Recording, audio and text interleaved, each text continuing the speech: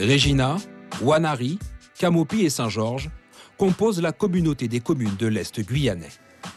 Près d'un tiers de la Guyane, qui concentre moins de 3% de la population, 6 900 habitants selon le dernier recensement datant de 2015.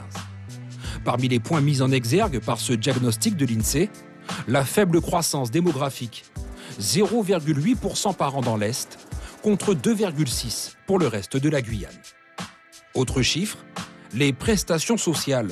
Elles constituent l'essentiel des revenus de 78% des allocataires de l'Est, contre 54% dans le reste de la Guyane.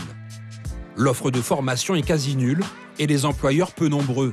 Résultat, les 5 plus grands employeurs publics concentrent 42% des postes de travail, contre 13% dans le reste de la Guyane. Malgré ces chiffres, les communes de l'Est ont un certain nombre d'atouts à faire valoir.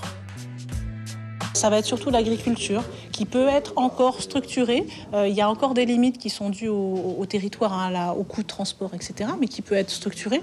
Voilà, et développer aussi ce qui est en cours, les projets de biomasse, notamment la scierie, la biomasse. Donc ça, c'est vraiment des atouts très forts qui ne vont pas forcément se suffire dans les années futures. Il reste encore à imaginer des relais en termes d'emplois privés, notamment. Le développement de l'Est passe peut-être par une réflexion commune avec le Brésil. Oiapoque compte 26 600 habitants, pratiquement 4 fois plus que sur tout le territoire de la CCEG. Mais la législation européenne et l'économie informelle quasi généralisée à Oiapoque sont autant de freins à une collaboration transfrontalière.